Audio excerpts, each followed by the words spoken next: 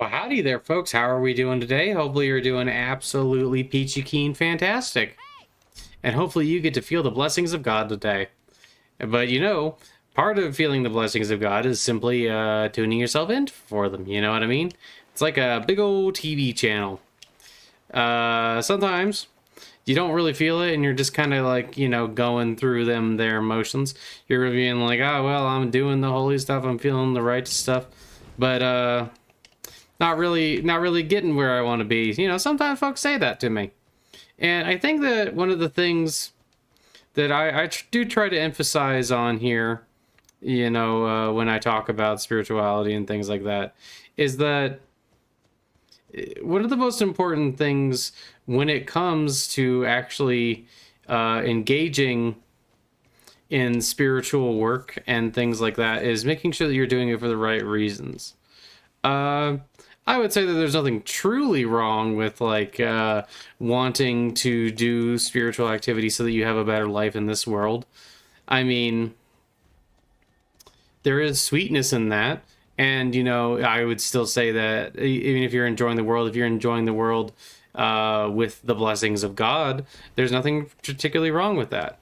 But I would argue that the best thing to do is to understand that there is not truly a separation, and that true renunciation comes from the understanding of the nature of God rather than any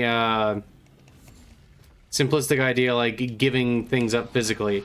I mean, yes, you can give things up physically, but there's of course always the issue of if you give up things but you do not have the proper understanding of those things, or why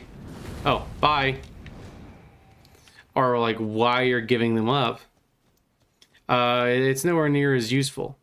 But the main thing that you're really trying to go for here is the understanding that there is true renunciation in simple acceptance of the nature of God. You can spend your entire life in a cave somewhere attempting to, connect with God and things like that, or, attempting to remove your passions and things like that. But if the second you get away from that setting and you go back into society, if all of your passions immediately come back, I would argue that you're not really doing something that's very effective. Going to temples, immersing yourself in the worship of God is very good. But we don't just want moments of immersing ourselves in God. We want to truly immerse ourselves in God. We want to carry the essence of God with us at all times and understand what that means, and carry that feeling, that spirit with us. We want to not just, look out into the world and see the world. We want to look out into the world and see God at every step and at every place within that world. That is what we're truly after. That is the much better form for us. And that's also the true form of renunciation, because you're renouncing the world in the sense that you're renouncing the world as a separate thing, but you are embracing the world as the nature, the very essence of reality is. I'm afraid that you're going to be violent and you shouldn't do that. Embracing the world as what it truly is, which is the essence of God and the and that God pervades all of reality. God does not simply exist within a temple and, nowhere else, or God is not simply this being that we see in some places and not others. In truth, God is everywhere.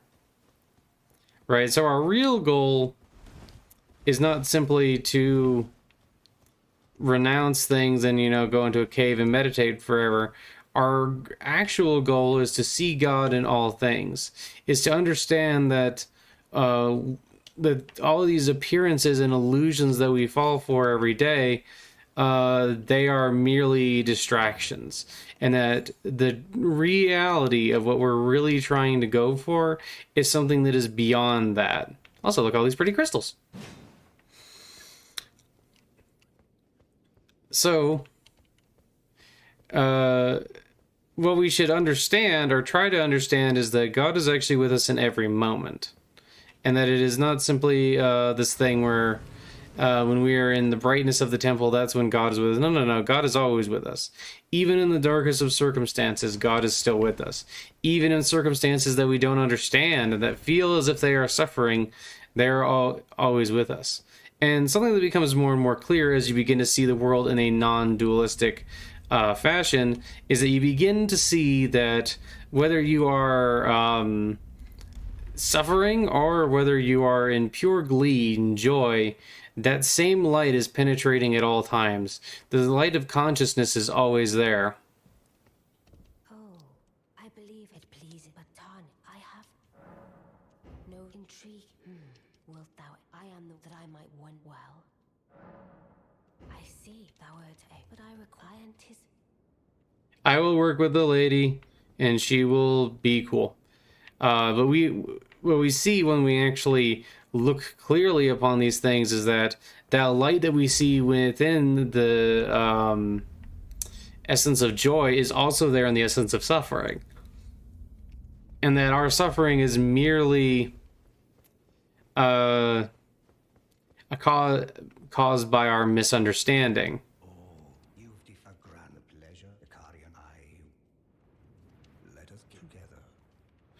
Yes, yes, Lady Rani is very cool.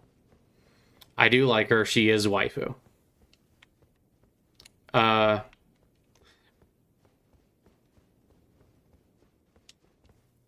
I don't know what since I asked. Uh-huh. Should if it were up, but who? Yeah, you're certainly a guy who isn't going to do anything strange at all. But this is what we learn, is that light is always there. It is the true all-pervading reality.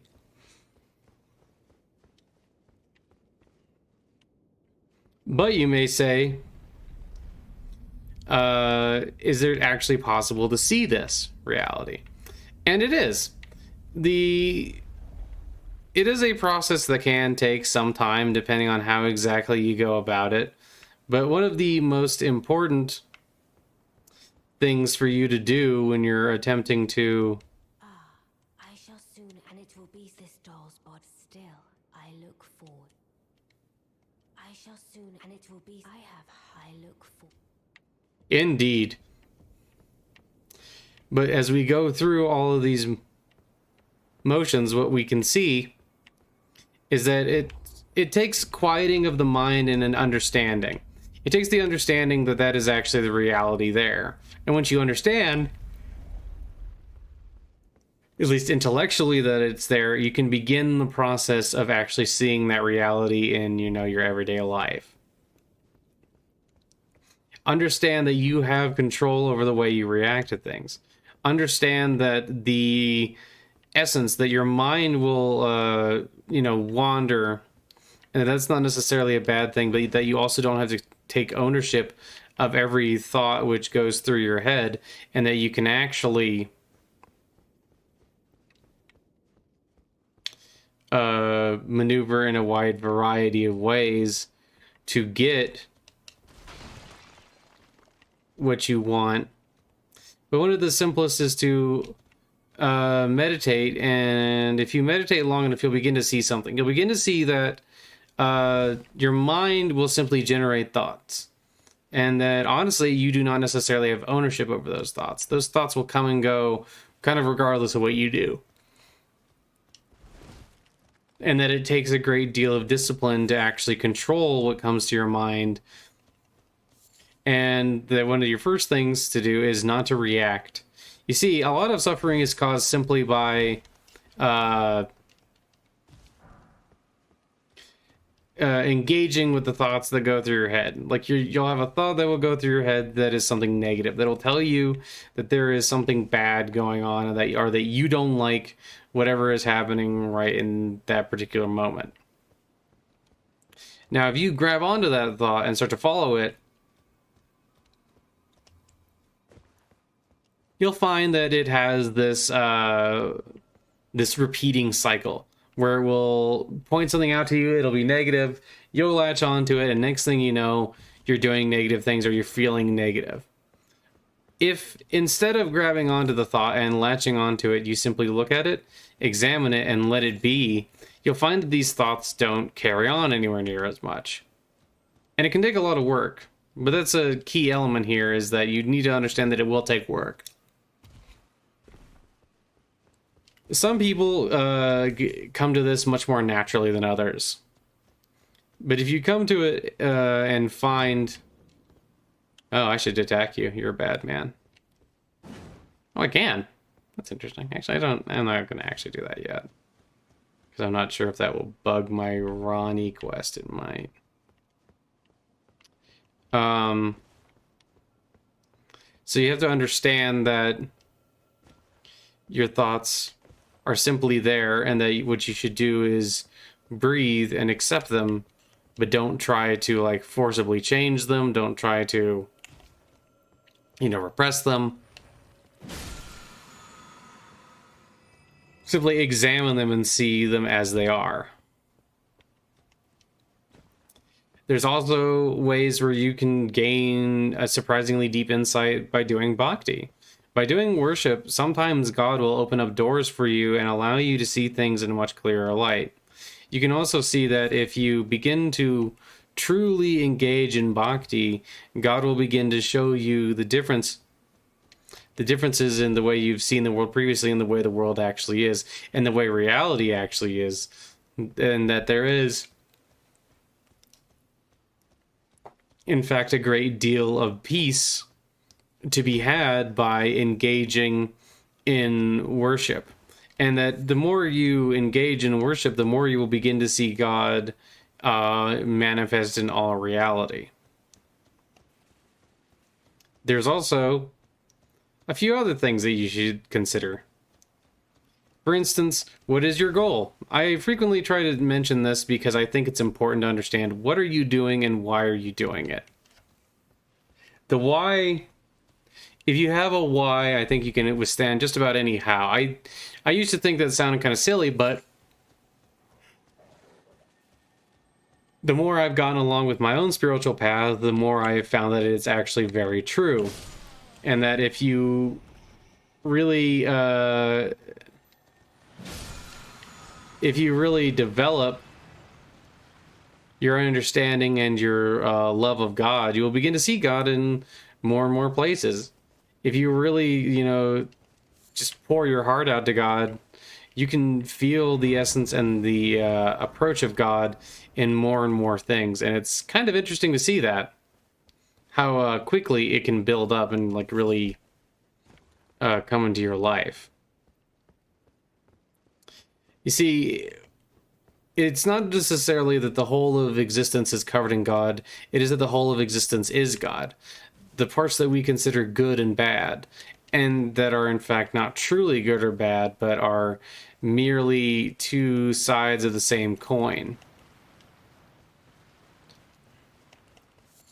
And the more you understand this, the easier and easier it gets to embrace God in your everyday life and in every reaction.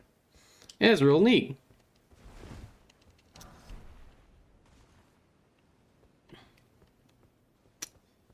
There's a lot of little things you're gonna have to understand, though. This is not necessarily, like I said, a trip or a task that will be over quickly. For some of us, it will take a pretty long time. Oh, hello, you look like a large wolf thing.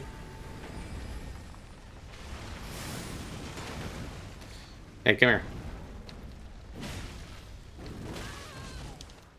Oop. But just like this big scary wolf,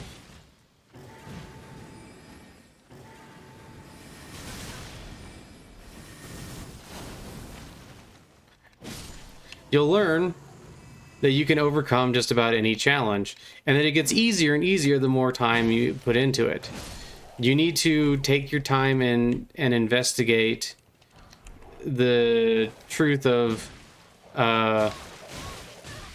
your difficulties, why you want to do things, what do you truly desire, and you also need to understand things like material desires will not give you true satisfaction. That doesn't mean that they can't give you brief moments of satisfaction, or anything like that, and that you can't enjoy things. But the main thing we're going for here is that we're going for the understanding and the love of God in all of her forms. What we're doing is we're coming to understand difficult realities with a variety of methods. Like you can, like I would also suggest that bhakti is useful in pretty much any method. I have personally found that worshiping God can really free your mind and unchain you when you start to realize that you can give up, or you can use the worship of God to get an understanding of why you are going where you're going, and what use it is to travel in certain ways, and what use it is to worship God in certain ways, and all sorts of things like that. And that's what I very much advocate, is I advocate for this method of, you want to see God, you want to experience God, okay. Well, there's a couple of different methods. You can experience God simply through the path of knowledge and really, meditating on the knowledge of God. But you can also really do it like with meditation and with good karmic works, like going out and really trying to do good works, not for the karmic results or to be a quote unquote good person, but because you want to serve God and you want to serve in general. Like service is one of the greatest ways to connect with God. And by understanding, there we go. And by understanding the purpose and the great joys of bhakti. Bhakti can provide such great joy in life, and it's an easy path. It's an effortless path to worship God and to embrace God in all her manifold forms. When you look for that love at all times, and you look to find that love wherever you're going. Not mean, Jimmy Dean? I think that's a very important thing, but it's also important to have the proper understanding, to understand that God is the God is within us, and that God is giving us all of these different things for us to focus on, but with that we can meditate, that we can pray, that we can read scriptures, and that it's not just rules like that. Like sometimes it's as simple as experiencing life and experiencing the joy in life, and understanding that there is a greater, grander joy that is beyond all these things, that is in essence God. Know what I mean? Anyway, I just wanted to share those thoughts because it's stuff that's been on my brain for a little bit now. I hope that you guys get something out of that, and I hope that you enjoy it. And I also hope that you all have an absolutely wonderful day. And I hope that whatever your spiritual goal is, I hope that you're able to meet it. Anyway, I love you, and God loves you, and I hope that you have a wonderful day. Bye-bye. Love you. Bye.